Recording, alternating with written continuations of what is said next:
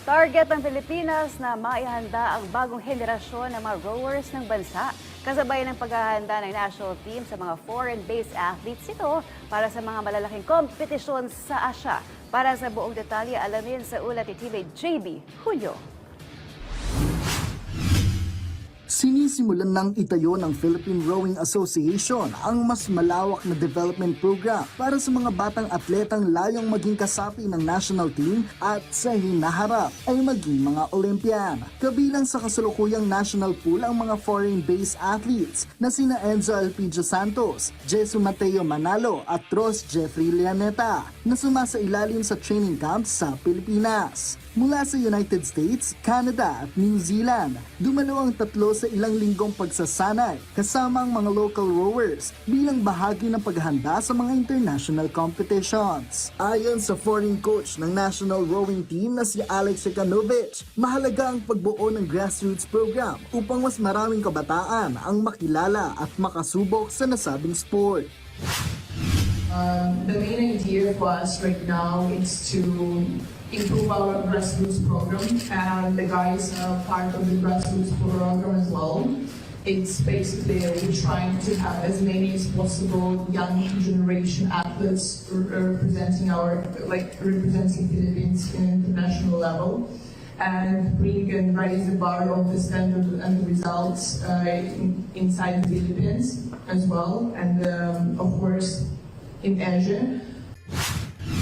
Sa kasalukuyan, may 8 under-19 athletes sa junior pool, kabilang ang mga local pace rowers at ang mga batang atletang nagsasanay sa ibang bansa. Kabilang sa mga tinitingnang event ang singles, doubles at quad, habang patuloy pa ring sinusuri ng coaching staff kung aling combination ang pinakaangkop para sa mga atleta. Samantala, nakatutok naman ang mga foreign-based rowers sa pagpapatibay ng kanilang performance habang patuloy na nagsasanay sa kanilang mga club at paaralan sa ibang bansa. Para kay Jesu Mateo Manalo, naging mahalaga ang training camp sa paghahanda at pagkakaroon ng pagkakataong makasama ang mga kapwa national team athletes.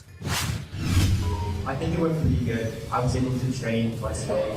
I was able to do my best. I think I'm really excited to potentially get the chance to represent my country, and I'm really confident that we will well. Samantala, binitbit naman ni Enzo Santos ang kanyang karanasan sa pagsasanay sa United States habang binigyang diin niya ang halaga ng pagkakataong makasama ang mga senior rowers ng Pilipinas. I like the opportunity, especially to row with the seniors, to row with the people that I'll be, I guess, competing with, and I'll be on the same team with for a while.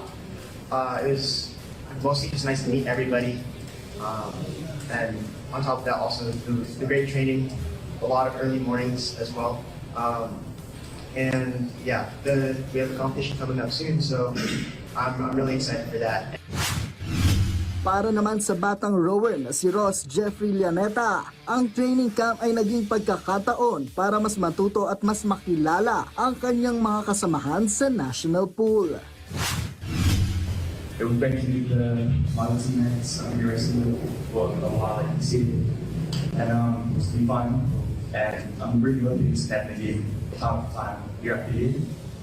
And I really think I learned a lot during training camp. I'm thinking about a lot of new things.